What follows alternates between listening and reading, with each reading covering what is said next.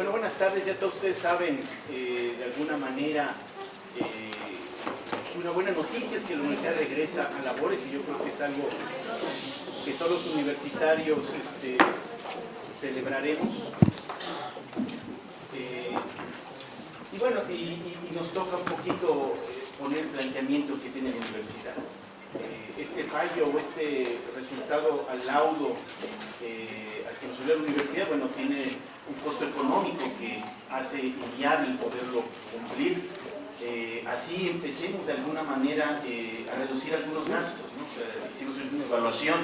¿Qué significaría, por ejemplo, que el programa de becas ya lo pudiéramos cancelar? Pues ni con eso nos da.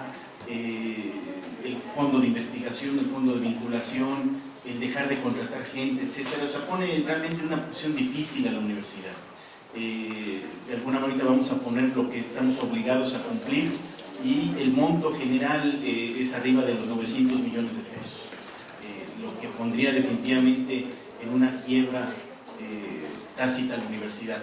Por favor, abogado.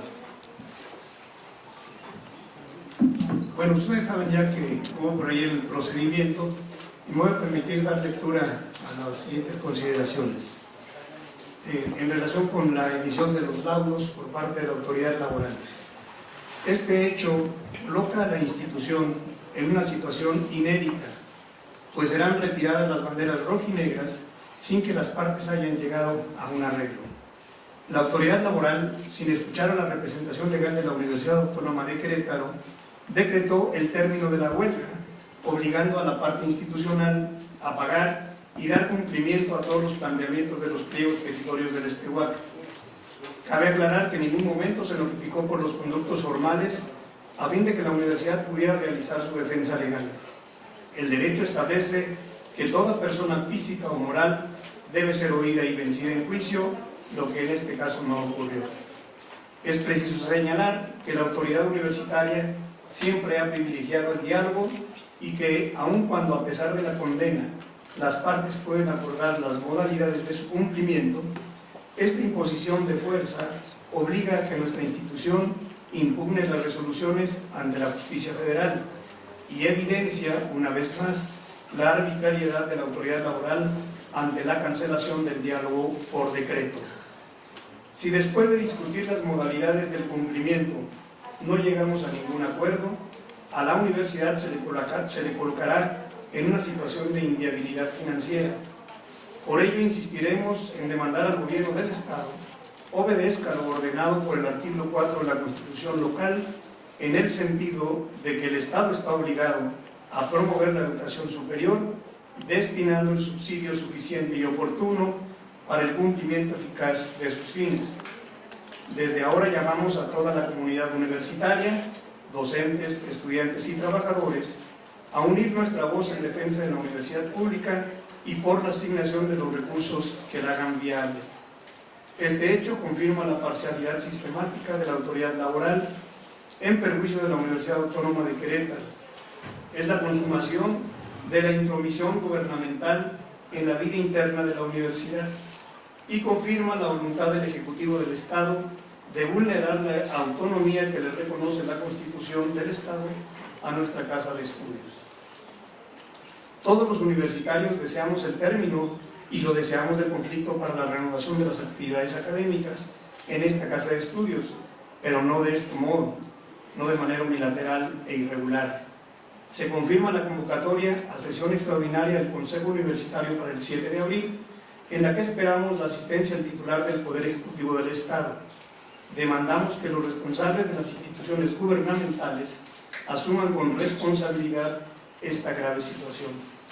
Los miembros de la comunidad universitaria externamos nuestra indignación ante las resoluciones arbitrarias de la autoridad laboral, pues consideramos que atacan la autonomía y ponen en riesgo la estabilidad de la institución, desgastan la relación con el gobierno del Estado e incluso promueven la división al seno de la comunidad.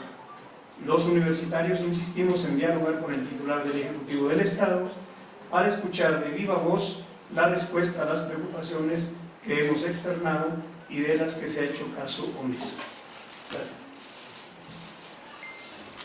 Y bueno, resumiendo un poco esto que le decía económico, la posición de la universidad va a ser no ceder a ello. No vamos a cancelar las becas, no vamos a cancelar el proyecto académico de la universidad y no vamos a permitir que la universidad pierda una viabilidad académica de la cual todos estamos orgullosos. Y por lo tanto la universidad luchará en todos los espacios, sean los espacios jurídicos y los espacios que los universitarios tenemos acceso para no permitir que se vulnere el futuro de la universidad.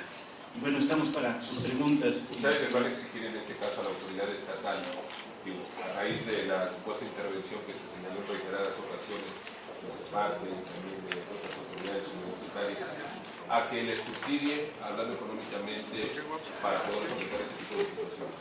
Claro, o sea, estamos hablando que la autonomía la vivimos en 3 escenarios. Era la parte académica, como ustedes lo saben, es la parte de autogobierno, que también es una parte que estamos demandando, el que no haya discusión en la vida universitaria, y la parte de suficiencia económica, y lo dice la Constitución del Estado de Querétaro, que la universidad deberá de recibir subsidio suficiente para ello. Y por lo tanto es la idea discutir y podemos sentar con el titular del Ejecutivo para poder ver cómo podemos afrontar estos requerimientos que la ley nos está obligando. Hablaban de la invitación al Consejo, ya lo decía usted también en plan, que no era una invitación sino una exigencia del Ejecutivo.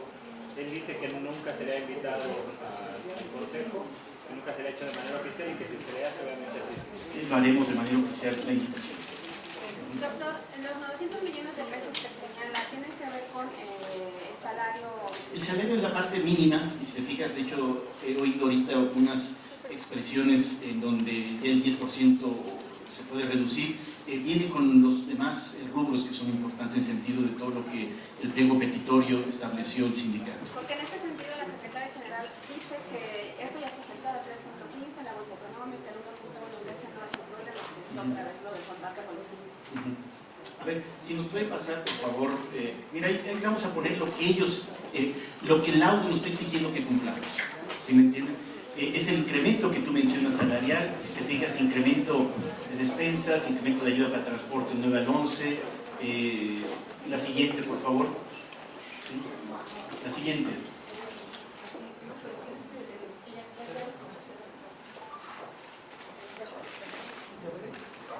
Ustedes yo creo que muévanle. Si me pueden mover otra, por favor. Por ejemplo, 91 plazas. Eso tiene un costo, ¿estamos de acuerdo? Y es una parte que tenemos que cumplir. Revocación de contrataciones, promociones que la UAC asignó, etc. La siguiente. Estas son las que del otro laudo, porque tenemos 2 laudos que tenemos que cumplir. Fíjate muy bien, parar la contratación de nuevo personal, confianza, remover a los trabajadores que ya están. O sea, hay que remover a todos los trabajadores de confianza de la universidad que no sean sindicalizados. Eso tiene un costo laboral, porque es un despido injustificado, ¿estamos de acuerdo? Y por lo tanto, el va a definir quién es el que va a ocupar esos espacios. Eso nos pone también en un grave conflicto. Reclutamiento de trabajadores de base para todos los eventuales con más de 6 meses. Eso tiene una repercusión también en los maestros de honorarios que tengan más de 6 meses, porque la universidad siempre ha seguido esa cuestión de lo que un sindicato tenga a los plazos. Entonces, en la próxima revisión contractual que tenemos en enero con el SUPAUAC tendríamos que cumplir esa parte. Y eso empieza a acumularse, ¿sí? Lo que hace, te digo, esos montos que se vuelven difíciles para la universidad, y yo creo que tendremos que defenderlo y justificarlo de alguna manera, jurídicamente, pero también tenemos que ver cómo hacer viable a la universidad. El problema, incluso con lo que tenemos ahorita, el subsidio no da para pagar lo que ahorita estamos comprometiendo. Nos hacen falta 250 millones al año para simplemente decir que la universidad tiene comprometidos los salarios y las cláusulas que ahorita puede cumplir, y pues la luz, teléfono, etc.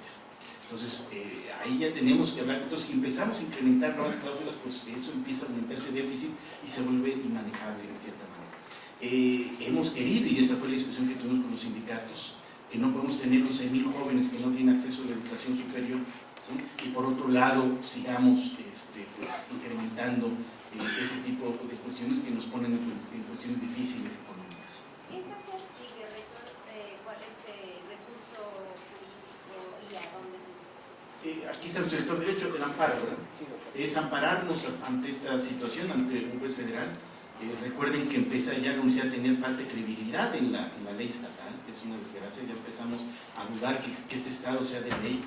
Lo hemos visto y le hemos dado ejemplos en todos los sentidos, y por lo tanto lo que tenemos ahora en nuestra mano es el amparo federal. ¿Cómo califica esta actuar del gobierno cuando, pues, a todas luces, ya lo mencionan, fue ilegal este levantamiento? Pues mira, es lamentable.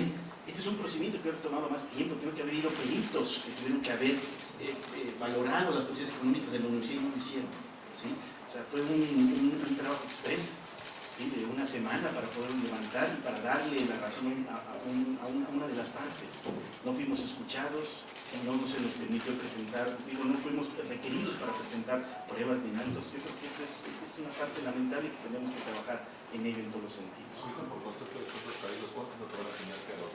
No tengo el monto, pero igual esa era una parte de las ofertas que tenía la universidad. Si tú recuerdas, en la última reunión que tuvimos y que propusimos, ofrecimos dos opciones. Una es con el 100% de los caídos, ¿sí?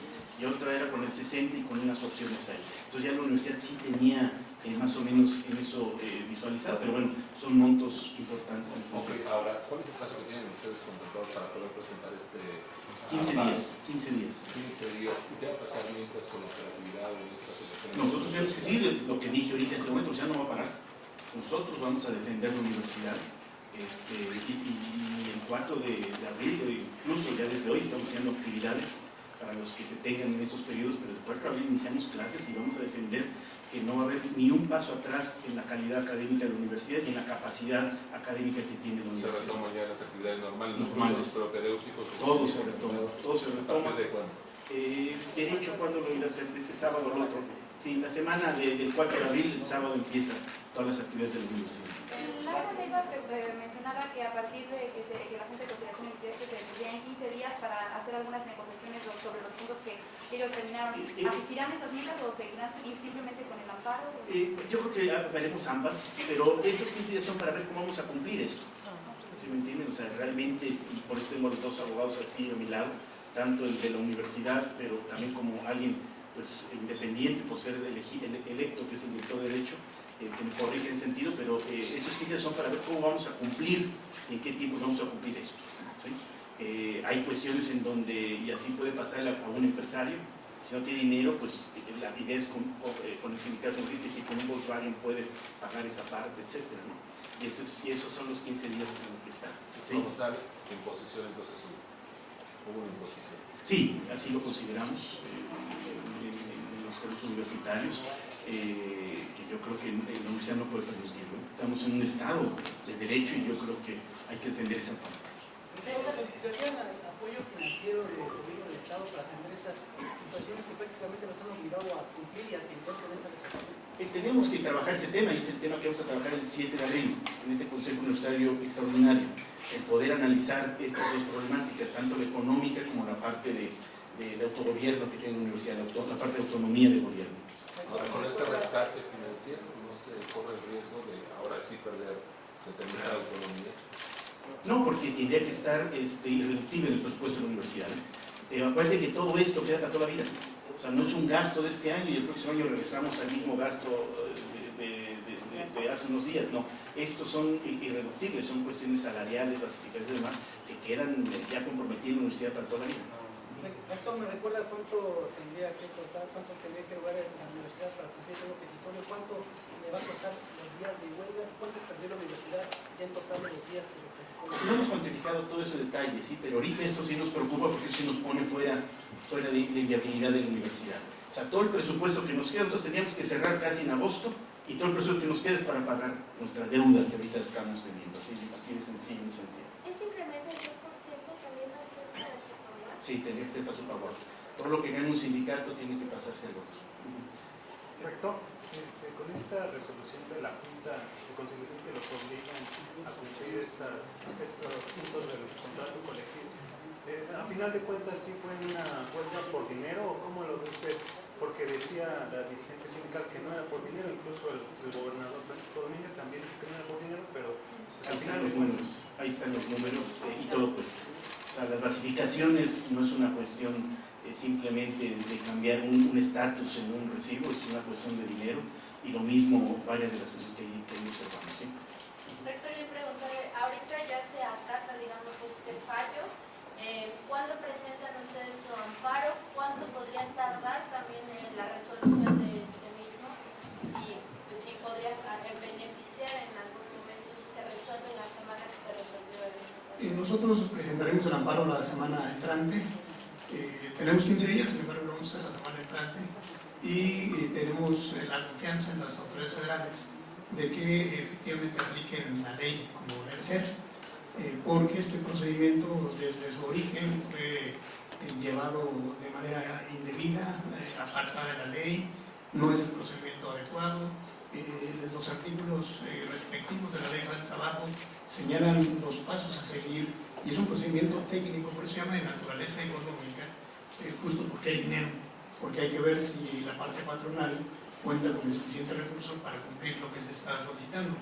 Todo eso se verá en un tribunal federal que lo estaremos haciendo sobre las ponencias. ¿Y en qué sentido iría el amparo? Digamos, ¿sería inviabilidad de este fallo o cómo se plantea? Cuestiones de forma y fondo. Primero, por no haber notificado en términos de ley a la Universidad Autónoma de Querétaro. Segundo, por no llevar el procedimiento conforme lo marca la propia ley federal del trabajo. Y tercero, por la resolución misma, que tiene muchos defectos de técnica jurídica, que un estudiante de la licenciatura que vaya apenas viendo las teorías generales del proceso sabe que todo lado debe de contener toda resolución. ¿En qué se buscaría entonces de resultar beneficiarios por parte de las leyes federales? ¿Qué es lo que se busca con este amparo? Nosotros siempre lo dijimos y lo hemos sostenido. El diálogo es lo que privilegia a la Universidad Autónoma de Querétaro y eso lo estaremos haciendo también en estos días. Sin embargo, la universidad tiene la responsabilidad de hacer valer las acciones que correspondan para cuidar su patrimonio. La autonomía, que implica también la administración del patrimonio, nos obliga a una administración responsable y no podemos aceptar que se tenga que pagar todo lo que los laudos condenan, porque más bien llevaríamos a la quiebra. Y en caso, por ejemplo, de que el fallo de este amparo que ustedes promuevan no les favorezca, ¿qué va a proceder? Porque pues, a fin de cuentas, pues ya es una obligación que tienen ustedes de poder de tener que cumplir en este caso con los puntos del contrato colectivo. ¿Qué va a pasar? Los procedimientos de naturaleza económica, cuando normalmente son pedidos por el patrón, no por los trabajadores. ¿Por qué razón? Porque el patrón lo que pretende demostrar es que, dadas las condiciones de los contratos, la modificación o la implementación de nuevas cláusulas, es imposible de cumplir con ellas.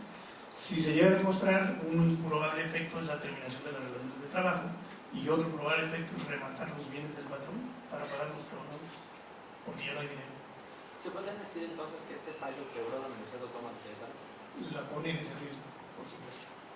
Antes de introducción se mencionaba del gobierno del Estado, que sigue, ¿cuáles son las acciones que contemplan para que no vuelva a suceder?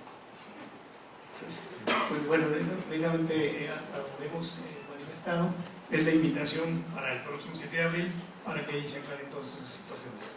¿Cómo queda la universidad? Escuchamos algunas veces que estuvieron en desacuerdo, por ejemplo, de la manifestación que hay en la vida. ¿Cómo queda la universidad? Lo comentamos en el comunicado hace rato, ¿no? En lo que yo estaba leyendo, que no solamente pone en este riesgo a la universidad desde el punto de vista económico, sino que efectivamente genera la división y engorma al interior de la universidad, la propia autoridad laboral. ¿Se corregirán entonces la intromisión del gobierno del Estado? Sí, hemos dado varios casos y yo espero que el 7 de abril aclaremos que han sido simplemente malos entendidos. Pues gracias a todos por acompañarnos. ¿El proceso cuánto tiempo es lo que regularmente se lleva un proceso así? ¿Tiempos, no sé, qué etapas tiene y cuál es la diferencia entonces que consideran que puede ser? Bueno, el procedimiento laboral de naturaleza económica lleva meses, por no decir que años, porque justamente como se ve la viabilidad financiera requiere de mucho tecnicismo, de expertos, peritos en materia financiera, contable, actuarial, que hagan todo un análisis de la posibilidad económica que tenga el patrón y que en términos de lo que se obliga en un contrato colectivo puede cumplir. Entonces es un procedimiento que lleva su tiempo y lleva sus pruebas. A la autoridad laboral se le obliga por parte de la ley a que tenga 3 peritos que cada una de las partes pueda señalar el suyo, es decir, había 5 peritos, hacer un dictamen, generar, los peritos tienen una serie de facultades para investigar, pedir informes y llegar a la convicción de que con lo que se tiene se puede cumplir el contrato colectivo de trabajo. Todo eso no se dio este proceso. Abogado, una decisión. Teníamos en las láminas 10% de incremento al salario. Hoy se decía y se ha dicho por el plan laboral que incluso en las propuestas que veíamos cuando nos entregaron en la Junta Local de Conciliación del Traje, 3.15% de aumento al salario. No, el laudo, si quieren le doy lectura de manera muy simple. El laudo, en los dos puntos resolutivos son dos juicios y dice, no dice eso. El laudo dice, se condena a la parte patronal, Universidad Autónoma de Querétaro, al pago y cumplimiento de las peticiones reclamadas por el sindicato, así como al pago de los salarios caídos. Y las peticiones son las que fue el desplazamiento al primer municipio solicitaba. Fueron 2 desplazamientos. El primer solicitaba el 10% de nuestro salario a negociar. Se mantuvo ese 10% de nuestro salario. Claro, Eso es lo que condenaron. Así es condenado. Ok, porque ya las negociaciones había sido de 3.15. Pero las negociaciones no fueron aceptadas. Se acepta una vez que está el convenio, pues sí, cuando se junta. Entonces, la condena, simple y sencillamente es pague lo que le pidieron en el pliego. Entonces son los primeros 10 puntos que se pusieron a la mesa de... ¿Y qué no son los que están en los pliegos? Fue lo que se demandó. Es eso, los dos tienen esa condena. Y en este caso también entra la situación de que la autoridad tiene que descontar a los trabajadores lo correspondiente a las cosas y pagarlas a... Las sanciones también hay que descontarlas, no nada más las ordinarias, porque lo que se pidió fue que las ordinarias, las extraordinarias y las sanciones. Entonces, a partir de esta condena, lo que tendría que hacer la universidad es la siguiente quincena a todos los trabajadores, cualquier sanción, cualquier otra extraordinaria, cualquier ordinaria, tendríamos que descontárselas. Se romperían, perdón, lo que nosotros hemos privilegiado mucho, que es la comprobación. Tendría que cumplir lo que no se entregó desde el mes de noviembre. No, eso ya entra dentro de las cuotas. Sí, todo bien. Sí, todo bien. Sí, miren, si tiene a bien el sindicato el reducir del 10 al 3.1, nos ahorran 100 millones de pesos. ¿Sí? Pero seguimos teniendo los 800 todavía pendientes por arreglar. ¿Sí? Pues agradecerles a todos. Muchas gracias.